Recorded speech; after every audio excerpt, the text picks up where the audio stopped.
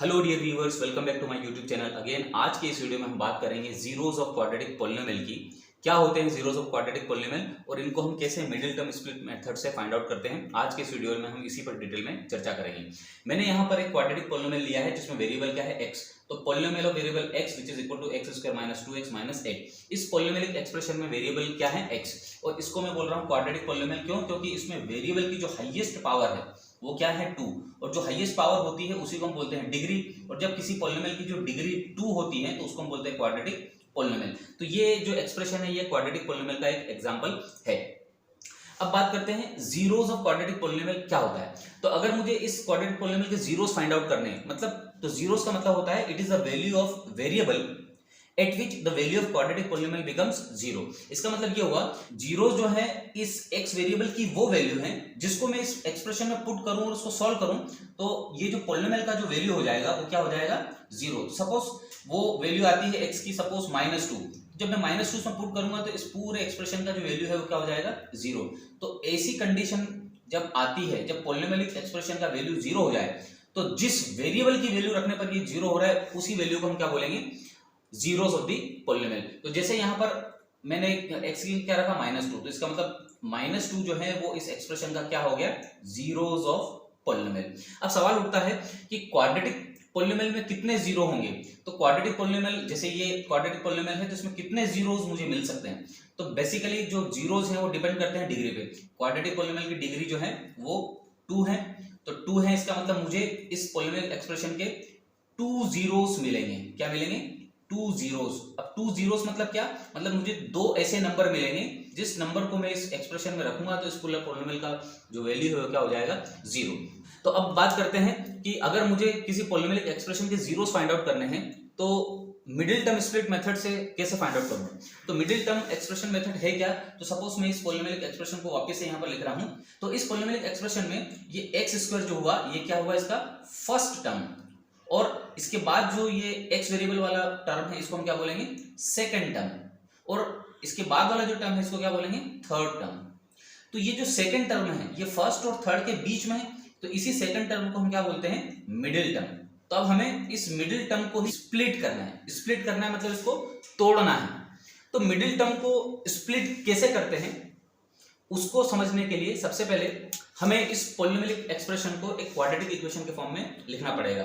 तो हम क्या इसके जीरोस फाइंड आउट कर रहे हैं, तो जीरोस फाइंड आउट कर रहे हैं मतलब इसमें px की जो वैल्यू है वो px की वैल्यू क्या हो जानी है, जीरो। तो हम इस पॉलिनोमियल एक्सप्रेशन को क्वाड्रेटिक इक्वेशन के फॉर्म में पहले कन्वर्ट कर दें। तो इसको मैं लिखूंगा x square minus 2x minus 8 और इसको इसकी वैल्यू किसके बराबर लेके आनी, जीरो के बराबर। तो px की वैल्यू जीरो लिख दी, ये हो गया आपका क्वाड्रेटिक इक्वेशन। अब इस क्वाड्रेटिक इक्वेशन में मुझे इस मिडिल टर्म को क्या करना है, तोड़ना है। तो मिडिल टर्म को कैसे तोड़ा जाता है या मिडिल टर्म को तोड़ने का तरीका क्या है, तो जो मैं तरीका आपको बता रहा हूं सबसे आसान है। आप इसको मेमोराइज करें अच्छे से, आपके हर प्रॉब्लम सॉल्व हो जाएंगे। तो मिडिल टर्म को तोड़ने के लिए हमें क्या करना पड़ता है, इसको पहले कंपेयर करना पड़ता है हमारी एक स्टैंडर्ड क्वाड्रेटिक इक्वेशन से। तो वो कैसे लिखते हैं हम, ax² plus bx plus c is equal to zero. ये स्टैंडर्ड क्वाड्रेटिक इक्वेशन को लिखने का तरीका है। अब देखिए स्टैंडर्ड इक्वेशन में एक्स स्क्वायर के साथ में जो आगे कोएफिशिएंट a लगा है, जो ये a है ये इसका क्या है, एक्स स्क्वायर का कोएफिशिएंट। तो हमारे एक्चुअल क्वाड्रेटिक इक्वेशन में एक्स स्क्वायर के साथ कुछ नहीं, मतलब यहाँ पर क्या है 1। तो मैं यहाँ पर a की पहले वैल्यू फाइंड आउट कर लेता हूँ। a की वैल्यू क्या आ रही है, 1। अच्छा, हमारे स्टैंडर्ड में x के साथ जो कोएफिशिएंट लगा है वो b है, तो हमारे x के साथ यहाँ पर क्या लगा है, -2। मगर मुझे जब यहाँ पर वैल्यू लेनी पड़ेगी तो मैं माइनस प्लस कंसीडर नहीं करूंगा, मैं सिर्फ न्यूमेरिकल वैल्यू लूंगा और वो क्या लिखूंगा, 2। हमारे स्टैंडर्ड वाले में c जो एक कांस्टेंट है, तो जैसे यहाँ पर c की वैल्यू क्या आ रही है, -8, मगर मैं उसको साइन उसका कंसीडर ना करूंगा और सिर्फ उसको लूंगा 8। तो मेरे पास a b c 3 कोएफिशिएंट मेरे क्वाड्रेटिक पॉलिनोमियल के मुझे मिल गए। अब देखिए मुझे मिडिल टर्म को ब्रेक करना है या मिडिल टर्म को तोड़ना है।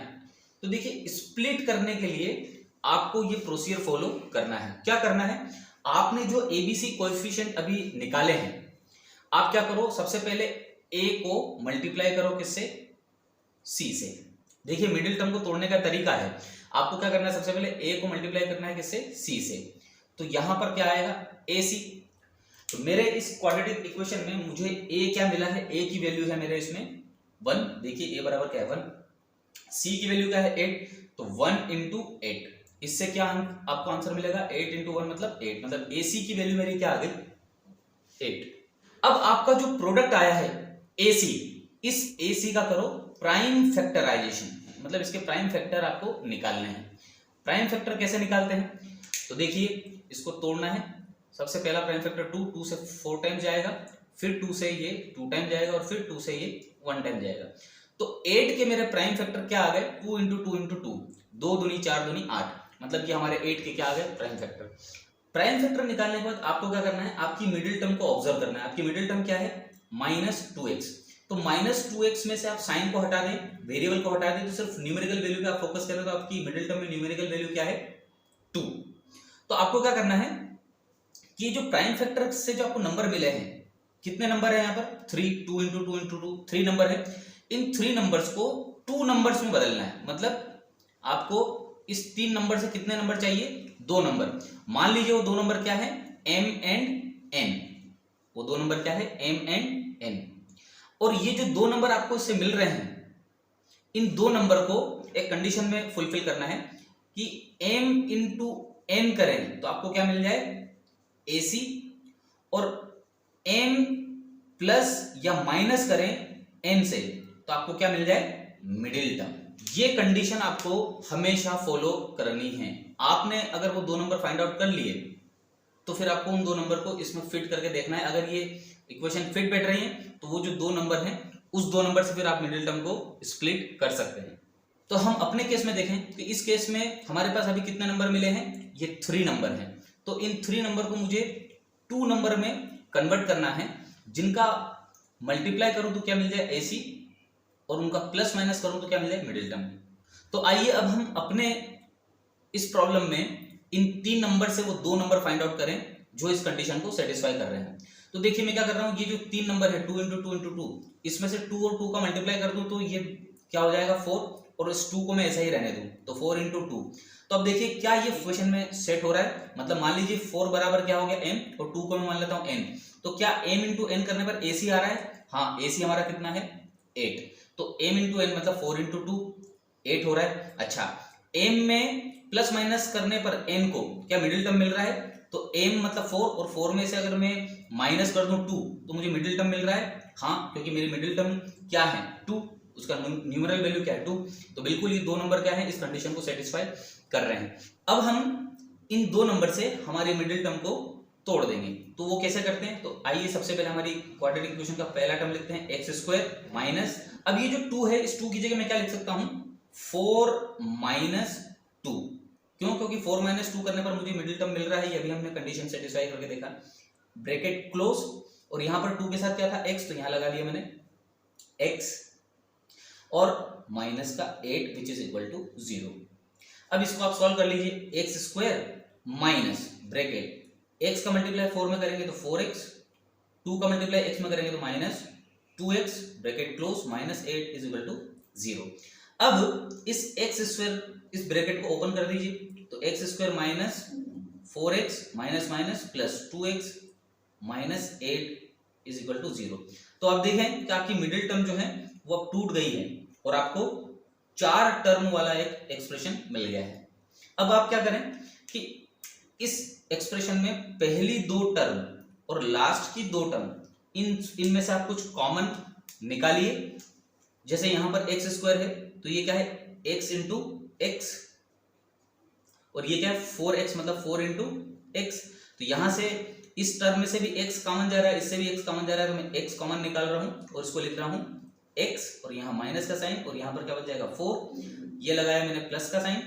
और अब आप देखें कि ये 2x माइनस 8, तो इसमें यहाँ 2 है तो यहाँ पर भी 2 है, इस 8 को मैं क्या लिख सकता हूँ 2 इंटू 4, और इसको क्या लिख सकता हूँ 2 इंटू एक्स। तो अब आप इस देखें इस एक्सप्रेशन में भी 2 है, इसमें भी 2 है, तो मैं यहाँ से 2 कॉमन ले लेता हूँ, तो 2 कॉमन लिया, यहाँ क्या बचेगा x, ये माइनस का साइन, और यहाँ पर क्या बचेगा 4 विच इज इक्वल टू 0।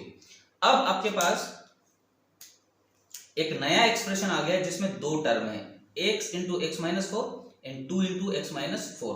अब इन दोनों टर्म में भी आप देखें कि x माइनस 4 इधर भी है, x माइनस 4 इधर भी है, तो इन दोनों में से भी हम x माइनस 4 को क्या कर लेंगे कॉमन निकाल लेंगे। तो मैंने यहाँ पर कॉमन निकाला x माइनस 4, दोनों टर्म में से कॉमन निकाला, तो इधर से क्या बच जाएगा x और प्लस का साइन, और फिर इधर से x माइनस 4 कॉमन जाएगा तो क्या बच जाएगा 2, तो x minus 4 into x minus 2 which is equal to 0। मतलब अब आपको अल्टीमेटली इस क्वाड्रेटिक पोलिनोमियल के दो फैक्टर मिल गए, x माइनस 4 और x प्लस 2।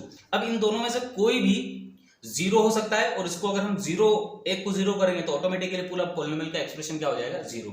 अब मुझे x के वो दो वैल्यू चाहिए, तो मैं एक काम करता हूं x minus 4 is equal to 0 कर दूं और x प्लस 2 बराबर भी क्या कर दूं 0। तो यहां से मुझे x की वैल्यू क्या मिल जाएगी -4, उधर जाएगा तो प्लस का, और इधर से क्या मिल जाएगा ये प्लस का 2 उधर जाएगा तो -2।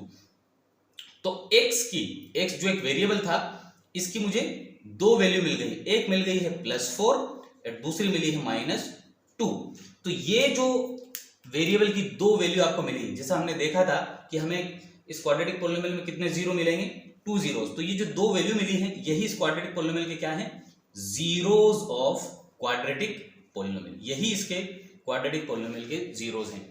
अब इनको जीरोस क्यों बोल रहे हैं, क्योंकि इसको हम जब इस पोलिनोमियल पे रखेंगे तो पूरे पोलिनोमियल का वैल्यू क्या हो जाएगा 0। तो आइए रख के देखते हैं, इसको चेक कर लेते हैं। तो सपोज वेरिएबल की जगह मैं एक बार रखता हूं क्या +4, तो ये एक्सप्रेशन क्या हो जाएगा 4 का स्क्वायर -2 इंटू 4 -8, इसको सॉल्व कर लेते हैं, ये हो गया 16, -2 इंटू 4 मतलब -8 और -8, तो ये हो गया 16 -16, इसको काट देंगे तो ये क्या हो जाएगा 0। इसका मतलब p की वैल्यू 4 रखने पर पोलिनोमियल का वैल्यू क्या हो गया 0, इसका मतलब 4 हमारा क्या है जीरोस ऑफ दी पोलिनोमियल। अब दूसरा नंबर रख के देखते हैं, दूसरा नंबर क्या आया था हमारा -2, तो पोलिनोमियल ऑफ वेरिएबल -2, तो हम रखते हैं इस एक्सप्रेशन में एक्स स्क्वायर की जगह रखते हैं -2 का होल स्क्वायर, -2 इंटू एक्स की जगह रखें -2 -8, इसको सॉल्व करके देखते हैं, -2 का होल स्क्वायर मतलब 4 और -2 इंटू -2 मतलब प्लस का 4, और ये पीछे क्या है -8, तो 4 + 4 मतलब 8, 8 - 8 ये कैंसिल हो गया मतलब 0। Again p variable of value -2 रखने पर पोलिनोमियल का वैल्यू क्या हो गया 0, इसका मतलब -2 भी हमारा क्या है zeros of this quadratic polynomial. तो इस तरीके से हम मिडिल टर्म को स्प्लिट करके बड़ी आसानी से क्वाड्रेटिक पोलिनोमियल के जीरोस फाइंड आउट कर सकते हैं। आई होप आपको ये कंसेप्ट समझ में आया होगा। Thanks for watching.